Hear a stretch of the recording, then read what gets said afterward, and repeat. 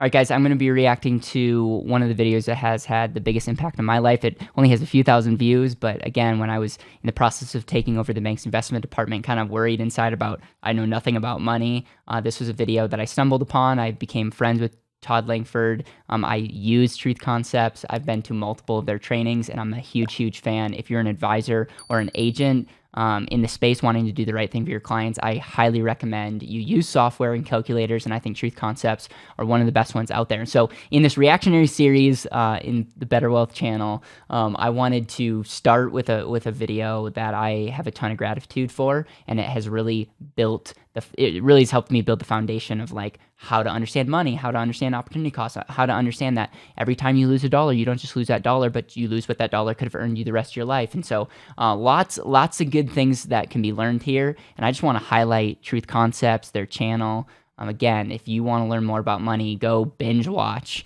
their videos. It can be dry at points because it's not like super graphically pleasing. But the underlying math and underlying lessons that can be learned behind math, unbelievable. And so with that, I'm going to be reacting to the video. I'm going to do my very best to not talk too much.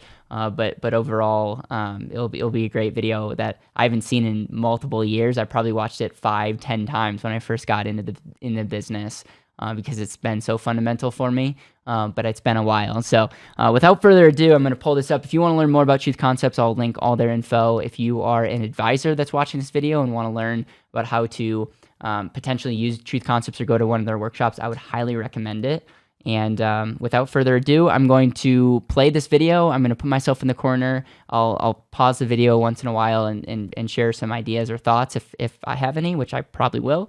And then I also, just here's a disclaimer, is I normally watch videos at like 2.5x, which sounds crazy. Like it's hard for me to watch a video at 1x. So I'm going to do my very, very best. I would love if you could share in the comments. Am I the only one? Like, do you guys listen to me on a podcast or YouTube? Do you speed me up or do you listen to me at 1x? If you've never listened to a video fast, I would encourage you to start. Life is really short, and I've found that you can consume a lot of information, and our brains are pretty gifted, pretty well designed as it relates to that. So that has nothing to do with money. But without further ado, let me jump into max potential. This is like the fundamental calculator, and it's going to be good. Let's go out 35 years. We won't use any current assets. Yes, let's use, I don't know, $90,000 of combined income. Okay, so if we've got somebody that's a family making, say, a combined income of $90,000 a year, over 35 years, that's $3.1 million. It's wild. That's a hard number to realize. $90,000 compounded at zero interest. It's zero interest. So it's just it's $90,000 multiplied by 35 gets you that number, over $3.1 million. Yet that's the amount of money that would pass through this family's hands over this 35-year time frame.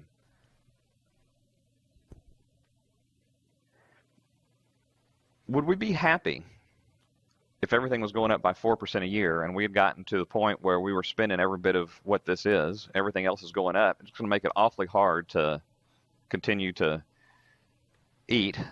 So we would expect that our income has to go up at least by 4% a year, correct? And if we do that at 4%, just to keep up with inflation, that's $6.5 million.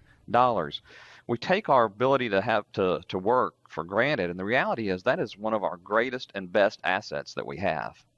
Absolutely. So we take this over this time frame, $6.6 million, and that last year's income is $341,000. And this is what is so amazing about inflation. We can look back and see that this has happened to families from the past. When we look out in the future and look at $90,000 of income equals $341,000 in 35 years, is $341,000 going to be any more than $90,000 is if inflation's 4%? No.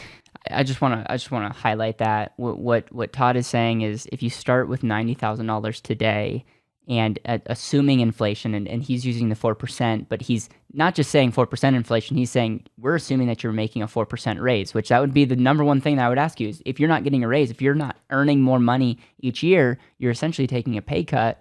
But what he's saying is assuming a 4% inflation, and at the time of this recording, some people are saying inflation's are more than 7%. You would the last year you would have to spend or $341,000 is an equivalent to the $90,000 for today's money in this equation. Remember, this has nothing to do with like real life. This calculator is only as good as what inputs that we put in. That's wild. It's wild to think that maintaining a $90,000 buying power over 35 years would be that big of a number. Oh, and even more importantly, because of the way our tax brackets are structured, is $341,000 after tax going to buy as much as $90,000 does today? It's a really good point. It's a really good point. That's not even going to keep up. And yet that's $6.6 million passing through their hands over this time frame. Now I want to get kind of ridiculous. And let's just assume, I guess we had a government job, everything was paid for, right? Food, housing, everything. Okay, if we didn't have any expenses, could we save and invest all this money? All right, and if we did that at 5%, we end up with $15 million as a maximum potential. It's crazy. Now, clearly we do have expenses. We can't do that. So if we look at this and we look at total taxes, and let's use, I don't know, by total taxes, I mean, we have federal income tax. Here we don't have state tax. A lot of places have local tax, sales tax, cell phone tax, hotel tax, gasoline tax, and thanks to your buddy Al Gore, breathing tax pretty soon, isn't it? All right, so if we look at 35%. And again, one thing that a lot of times people say is like, oh, I don't pay 35%. And again, this is just an example, but we're talking everything tax. We're not talking income tax. We're talking income tax, state tax. We're talking like everything in this studio right now. When I paid, I had to pay tax. And so again, the principle that you'll see real fast is every time you pay a tax, you'll see what that does to someone's max potential. It's literally if they saved every single penny and assumed they could earn 5% for the rest, or earning on their savings, they would have had over $14 million, almost $15 million. Just see what this tax does to someone's wealth. Then what we see is that we pay out $2.3 million in taxes, but it impacts us in the long run by taking away over $5 million worth of future assets. Why is that? Anybody? Yeah, and when did they start eroding wealth? It's way back here, isn't it? We don't get to take the taxes off of the end. Unfortunately, every dollar that comes out quits earning for the rest of the time frame. So while we only wrote checks for $2.3 million, like that's not enough, it took $5 million away from us. So the impact of taxation is horrible. What about debt service? What's Nelson's number? So and just going back to this, and by the way, this is fake money, but every time you spend an unnecessary dollar, anytime, like whether it's a tax, whether it's a tax on your coffee, whether it's a tax on income tax, regardless, it's like you don't just lose that dollar, but that dollar's never going to earn for you ever again. So if you go back to this and you go to like this year, whatever they paid in tax, they didn't just pay that tax, but that money will never be able to work for them ever again. So that's why in this equation, you only paid $2.3 million, but you have an actual loss to your max potential of 5. But if you look at this in an equation, it's like, oh, you only paid $2.3 million, which is a lot of money. But a lot of times it's like, was that the actual loss to my max potential? No, it was far greater than that because we have to factor in opportunity cost. Statistics show that 34.5% of the average American's income goes towards servicing debt. And if we use that number at 34.5%, we see another $2.3 million going out in debt service. Same thing. Again, takes another $5.1 million away from our future assets. And then we look at lifestyle. And let's put lifestyle in here at 28% or 28.5%. There's another 1,000,008. You know what's interesting about that is that's the smallest piece of the whole thing, isn't it? It's pretty sad. $1.8 million, which results in $4.2 million in loss in the future, and we end up with a whopping $296,000 in savings, which is about 3/4 of 1 year's income. It's crazy. It's crazy.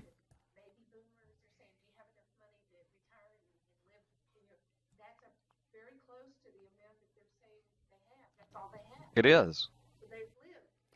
What they're saying in the video, because this is live, is I mean, if you look at that number and you look at average, rates of, average account balances of what people have, that might even be generous. So we think like, oh, like this is super good. If I have $1 million at retirement, well, $1 million for me 30 years from now is like not going to be worth $1 million today. But what's also crazy is you eroded over $14 million. $14 million eroded, but the actual loss is only 6.4, which again, a lot of money when you look at taxes, debt, lifestyle. But it's like that for me, there's a light bulb moment that went off of like, oh, like it's not just dollars that we lose today, but it's what those dollars could be worth the rest of our life. And they were told somewhere back here that if they just put $1 a week away, everything's going to be great because these numbers were huge. But think about what was happening back here. Somebody was making an equivalent of $20,000, which equals $90,000. And to that, $296,000 seemed like a lot of money. Okay? Now then, when we go forward, it's 3/4 of a year's income. So what do the financial institutions say that we need to do to solve this problem? Take on risk, right? Because risk automatically means we're going to have more money. I hear it all the time. Oh, everybody looks at risk as one of those deals where we're going to hit it out of the park. The best definition of risk is the likelihood of loss. That's what risk means. It's not the likelihood you're going to hit one out of the park. It's your likelihood of total loss. So the thought process here is I need to take on more likelihood of total loss so I can have more money. I mean, is that really what we're buying? And yet they do it all day long. So let's look at this. Let's just humor them for a minute. If we earn 10% every year instead of 5%, would that be a pretty risky, a pretty high rate of return? Because that's got to be net of fees. And if we're talking about market fees, we're looking at probably having to earn at least 14% in order to get 10, even before tax. Let's see what 10% does on our returns instead of 5%. Wow, that moves us up to a little over 2 years of income. Didn't quite solve the problem, didn't it? Did it? And yet It's crazy to think that you could make 10% every single year for the next 35 years, which most likely will not happen for people watching this, and yet you're not even at $1 million. That's pretty crazy to me. Earn 14 or 15% every single year with no down years for 35 years straight to make that happen. That doesn't solve the problem, because here's the problem. The problem is if I earn 100% and I put nothing in it, how much do I have down the road? What's that? Exactly. And I'm going to highlight this again. If you make 100%, but you put nothing into the machine, you're still going to get 0. A lot of people, they think their problem is better investments. And by the way, better investments are great. A big fan of trying to figure out better yields and better ways to grow money. But a lot of times that's not the fundamental root issue. There's bigger issues, and it's because we don't have a lifestyle, we don't have a process to actually save money, and so we're taking on unnecessary risk or increasing our chance of loss, and we wonder why we're broke in the future. That's where the problem is. But who wants to reduce lifestyle to make this happen? I do, but very few people do. That's not much fun either, is it? What if we got to look at your information and found where we could trim off some of those tax dollars. Let's go back to 5%. What if we could trim some of those tax dollars, move some of your assets into some more tax advantaged areas, and potentially find some places that you're overpaying tax? Maybe we knock that from 35 down to 30%. We're a big fan of tax strategy. Majority of people, especially if you're an entrepreneur watching this, you are overpaying on tax, and we call it the ignorance tax.